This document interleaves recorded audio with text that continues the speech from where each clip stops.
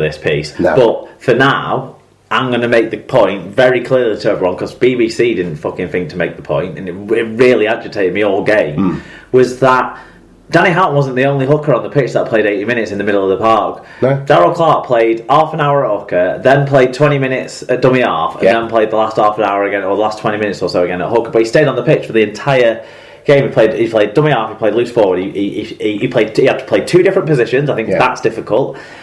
And he was probably the most potent attacking weapon, certainly in the first half when there wasn't much skill and flair from either team. His sizing up of opportunities, his ability to take advantage of opportunities from a quick play of the ball, or even just scattered markers, scattered defenders, was brilliant to see. And this then in the second half was a continuation of that. And at this point he was nailed on Lance Todd Trophy winner from my point of view. I was marvelling in what he was doing. I thought he was playing absolutely brilliantly, and he was actually the best. He was elevating himself ahead of all the other players on the pitch with ball in hand. And the run he put in and the timing of the pass to set Curry away, who ran it like a winger. I mean, we joked last week about the Pritchard try in the Super League. That was a second rower taking advantage of a bit of space and what have you in a broken opponent. This was a second rower running like a winger, running like a back. And at that point, you think to yourself, well, Hull are going to have to pull something out of the back. Now, and again, misconversion, another miskick, although it was a difficult one from the sideline. So forgive him for this one. You'd let him off this one, absolutely. But at 10-0, it's still 2 scores as opposed to the 3 scores, which is something that Scoots alluded to earlier on.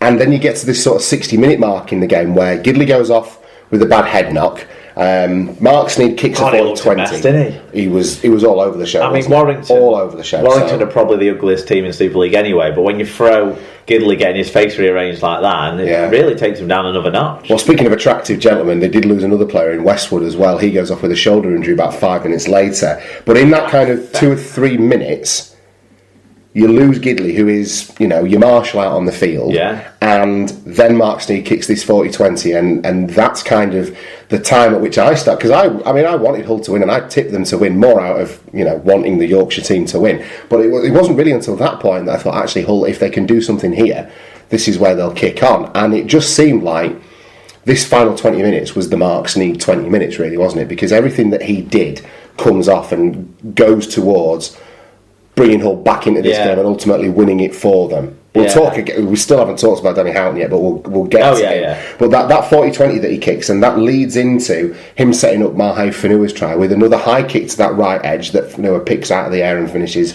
brilliantly. Well, he targeted Sandow with that kick perfectly, and it shows Sneyd's accuracy in his kicking game, both short and long, in those two sequences, and very close together to each other. And then it wasn't a straightforward kick on a big Wembley pitch in an environment where Sneyd has crumbled in the past in big moments. He didn't, which does his international credentials the world of good, definitely. And we're at 10-6 then, and it's get Chris Hill back on to see if he can sort Warrington out, or maybe he got back on the pitch too late. Well, Warrington had been forced into a big reshuffle there, hadn't they? And at the start of the game, when you looked at what the interchange benches were going to do, obviously Warrington accommodate Brad Dwyer, or not accommodate, they choose to have Brad Dwyer was forced off with injury as well.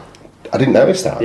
I think when he went off, he took a big whack. So they've made a lot of shuffle. There's a lot of shuffling going on there, and what I thought would happen is that the two packs were going to go against each, really slug it out with one another, and then something like Brad Dwyer's interjection is going to turn the game and going to add that extra spark that just gets Warrington over the line. And actually what ended up happening, because of all the shuffling around that they've had to do, is that Warrington aren't able to utilise the interchange bench in the way that they normally would do. And the fact that Hull have got so much size and power on their interchange bench means that there's no let up in the forward pack's ability to move forward for Hull, especially in that last quarter of the game. So you get to 67 minutes and another kick from Sneyd forces that goal. It was Ratchford who forces the goal line dropout, and the reason I want to talk about that is because finally you get the video ref involved in the game, and good old Ben Thaler gets to do his job as opposed to just you were big on this, weren't you? Poor old Ben Thaler. I just felt bad for the kid because he's he loves his rugby league. Because he's had his job taken away by a part-time bloke, shift worker from Cumbria, comes down and pulls out the shift of his life. First of all, yeah, absolutely. Gareth Hughes did everything to justify his selection to manage the game and be the referee. He made about 3 or 4 mistakes maybe in the entire game, and none of them game changers either. That's the thing. No, exactly. Yeah, and one of the mistakes was picked up and rectified in the best way possible, in the rules permitting. The only one I thought he's definitely got that proper wrong, and I think it was at a crucial time in the game. Towards the end of the first half, when I thought if Warrington could have scored again, then it would have really upset the momentum. The Brad Dwyer offside, when Dwyer came like a shot and took the man out from dummy half, but he was definitely behind where the referee was still retreating from, and he was very much on side. He just timed the play really well, but I think that was the one maybe time he was in a poor position and made a poor call off the back of him. So I think he sort of thought, well, he has to be offside. Yeah. Not really working out that he didn't. That's it. So, but then he had a really good game after that, and it shows that a part-time official can have that big stage. It does speak negatively about the full-time officials in a way, but it also shows that there's some accountability within full-time officialdom. That if you're not doing as well as a part-time official, it doesn't necessarily mean just because you're in custody with the RFL you're going to get the gig. Yeah. And Gareth Hughes has had a breakout season, hasn't he, in terms of top level refereeing, yeah. Exactly, sure. Absolutely. And he justified being given the honour of refereeing the Challenge Cup final. So the goal line dropout comes out, and this sort of kicked off a phase for me of about 5-10 minutes where Hull really decided it was going to be time to chance their arm and start chucking the ball about a bit more. And you were looking at guys like even Minicello getting offloads away, and they were just doing more to try and keep the ball alive and put Warrington under some pressure. You felt like they smelt a bit of blood. Yeah. And they absolutely did. And again, it was another Mark Sneed kick finishing off a set into that far corner. Fanua does very well to tap it back, and actually Mark Sneed again, following up his own kick and doing basic stuff right, he's able to get the tap back, and then he puts Jamie Shaw in, who has the presence of mind to put the ball down under the sticks. And at that point, 10-0 with the conversion to come. Well, he's not missing, don't you? You know he's not going to miss that one. You can't say that it's Hull's game, though, because there was still so much rugby to play, and Warrington came straight back at them and really started putting Hull under some serious pressure. And at which point we get to probably the big talking point of the game, which is the Ben Curry knock on Danny Houghton tackle. Warrington, I felt, was stretching Hull at this point. They'd most definitely had some repeat sets. They'd had earned a repeat set under the sticks. They'd taken the ball left. They'd brought it back to the right hand side. Sandow puts a lovely, quite high looping pass into Ben Curry's hands, and Ben Curry gets white line fever and goes for the line, and absolutely perhaps deserved a try. And out of nowhere, Danny Houghton, who now we're going to start talking about him. How many tackles, how hard did this guy work in the game to have put that level of physical exertion into anything for that period of time, to then be able to come up with a tackle as important as this? Yeah, definitely. Speaks volumes about the physical endeavour of the man and the strength of character. Yeah, what were they saying? It was his 52nd tackle of the game or something at that stage, and arguably perhaps the most important of his career as well. Well, definitely, yeah. And it was a fabulous piece of work from Danny Houghton. I would go so far as to say that I feel like Ben Curry could have done better. I think Curry was trying his best to not double movement at that stage, because I believe Warrington still had another play or two up the sleeve if he'd have been tackled short anyway. Yeah. And Houghton's just pulled off a ripper. I think is gone for it with one arm and then wrapped underneath and dislodged the ball with the other arm, or at least forced Curry into an unnatural position as he's sliding. Yeah. And Curry's thinking about too many things maybe at once, and the ball comes loose. Squirts out, doesn't it?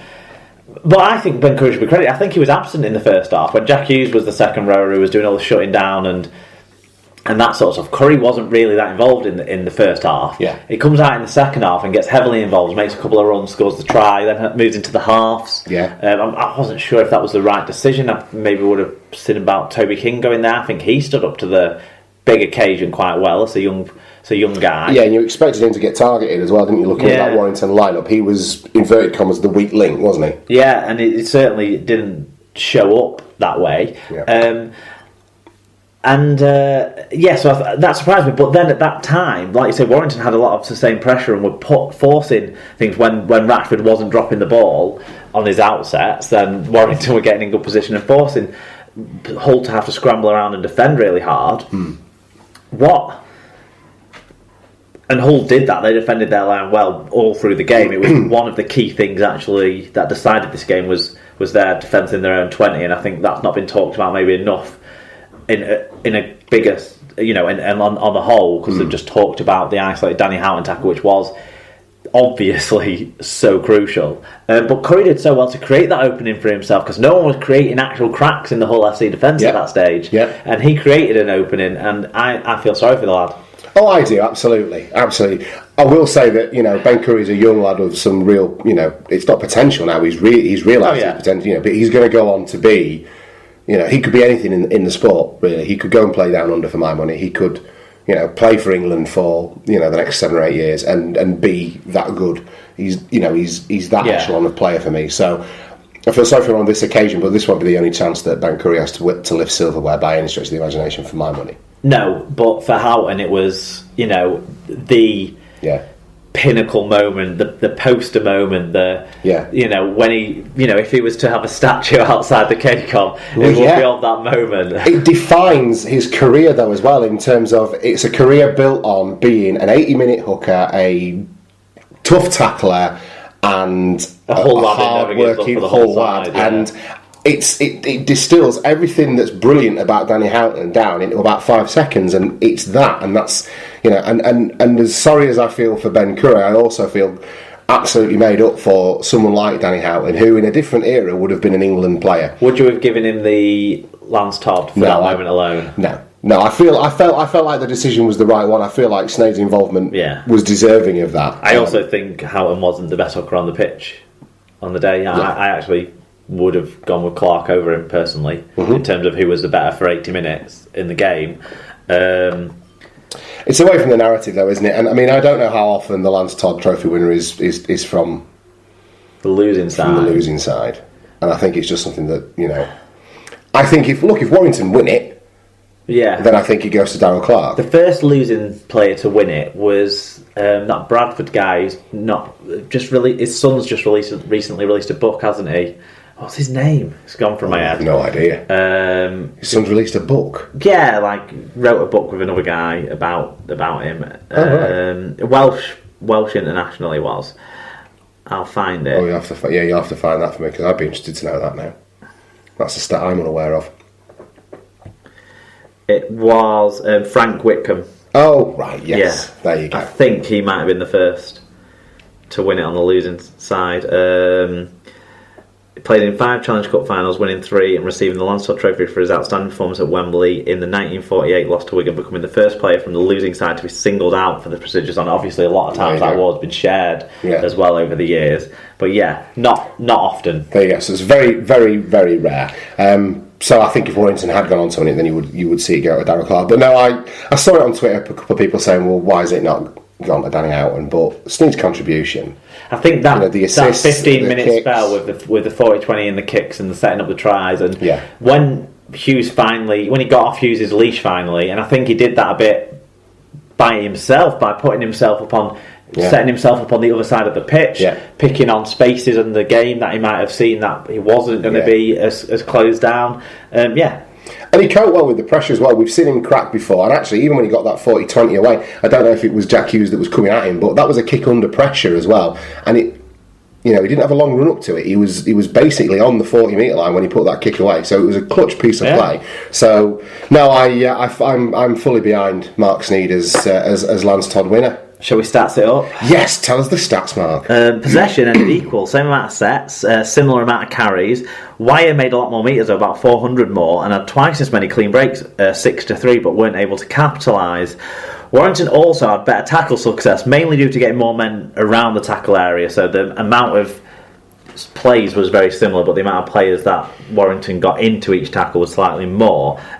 Each side only conceded 3 penalties, so good discipline fight by both sides on the a big occasion. Both forced 2 goal line dropouts, so it was probably only the error count that went against Wire, 15-12. Ultimately, the stats say it would have been a close game that Warrington should have won, maybe by a score or 2, but that's not how it turned out. 2 missed kicks. Goal were also an important factor, obviously, in this close one, and the stat that matters, 12-10, Hull FC. There you go. So individually, there was some big performances. Who stood out for us? Yeah, Liam Watts, 133 metres, Mark Minichel, 130 metres, Scott Taylor, 120 metres, laid a lot of the foundation for Hull FC. Danny Houghton's 55 tackles,